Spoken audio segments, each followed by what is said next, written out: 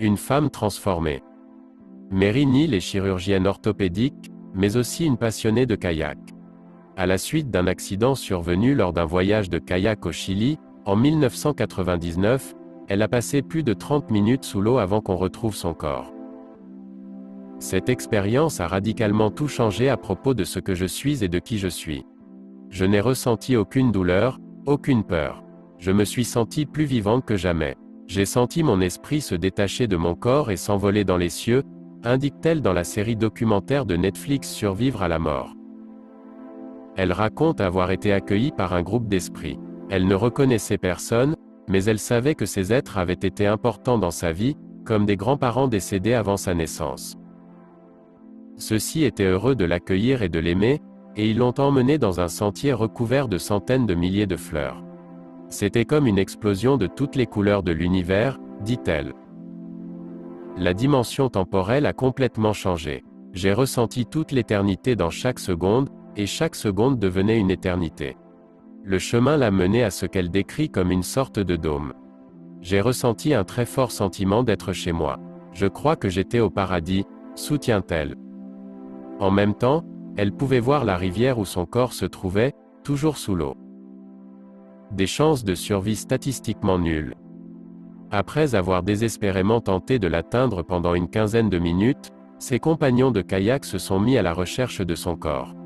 Quand on l'a repêché, son corps était mauve et gonflé, et son regard était fixe. Je n'ai eu aucun doute que j'étais morte, physiquement morte, commente-t-elle.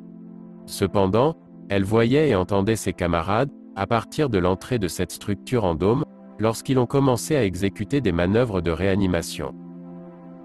Un des hommes ne cessait de lui demander de respirer. « S'il te plaît, reviens. Je sais que tu es toujours là », lui disait-il. Après 30 minutes sans oxygène, statistiquement, ses chances de survie auraient dû être nulles. Je ne voulais pas retourner dans mon corps, précise-t-elle, ajoutant qu'elle ressentait une réelle sensation de réconfort.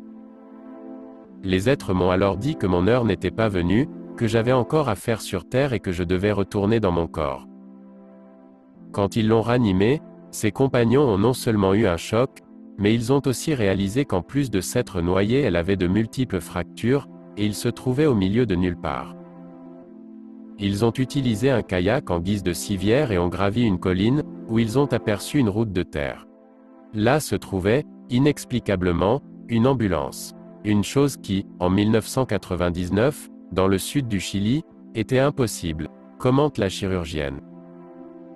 Statistiquement, encore une fois, elle n'avait à peu près aucune chance de survivre sans dommages importants au cerveau, rappelle-t-elle.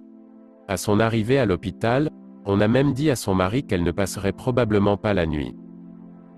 Évidemment, elle a survécu.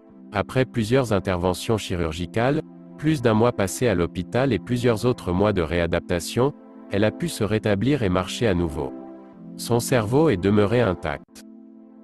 En tant que médecin, Mary Neal a évidemment changé sa perspective de la mort. Elle croit maintenant que nous ne savons pas tout.